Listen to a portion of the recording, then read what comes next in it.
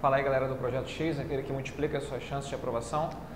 Meu nome é Paulo Vitor e a gente vai continuar a estudar bioquímica, hoje falando da nossa última parte, que é o ácido nucleico. Na verdade, os ácidos nucleicos, porque são DNA e RNA.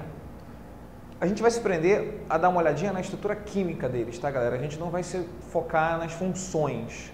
Função a gente vai ver melhor quando falar de núcleo. Por enquanto é só apresentar, só para mostrar a carinha desses ácidos nucleicos para vocês. São formados por nucleotídeos, eles são moléculas muito grandes, feitas por unidades chamadas de nucleotídeo. Todo nucleotídeo é feito de 3 partes. Um fosfato, uma pentose, um açúcar de 5 carbonos, e uma base nitrogenada.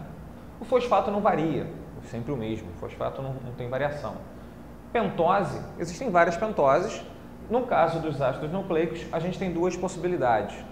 Pode ser uma molécula de desoxirribose, e aí, se for esse o caso, vai ser do DNA, ou essa pentose pode ser uma ribose, no caso da molécula de RNA. Então, o fosfato é igual para os dois, mas se for uma desoxirribose, vai ser DNA, se for uma ribose, vai ser RNA. A base nitrogenada é uma molécula que tem variações aí, e são 5 bases nitrogenadas possíveis que a gente vai encontrar nos nucleotídeos.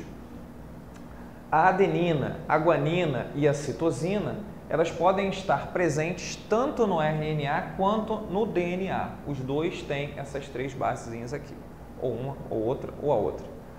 Timina e uracila já são mais exclusivas. A timina nós só encontramos em cadeias de DNA, e a uracila a gente só encontra em cadeias de RNA. E é interessante saber que essas bases nitrogenadas, elas mantêm interações. Então, a base nitrogenada de adenina, ela se liga à de timina. A de citosina se liga à guanina e a de adenina se liga à uracila, no caso do RNA aqui e aqui em cima no DNA. Essa ligação entre elas é feita por pontes de hidrogênio, que é uma ligação muito forte. Não dá para fazer uma prova onde você tem um assunto de ácidos nucleicos em que você não sabe essa interação. Isso aqui é uma das coisas mais exploradas, então você tem que ter noção de que se tem adenina de um lado, do outro vai ter timina e vice-versa, e segue esse raciocínio aqui com todas as outras. Bom, olhando só para o DNA e para o RNA, vamos olhar aqui primeiro para o ácido desoxirribonucleico, que é o DNA. Ele tem algumas características importantes do ponto de vista estrutural. Além de ser formado por nucleotídeo, a gente percebe que ele sempre forma uma cadeia dupla e helicoidal, quer dizer, ele é torcido. É como se a molécula tivesse sofrido uma grande torção ao longo de toda a sua estrutura.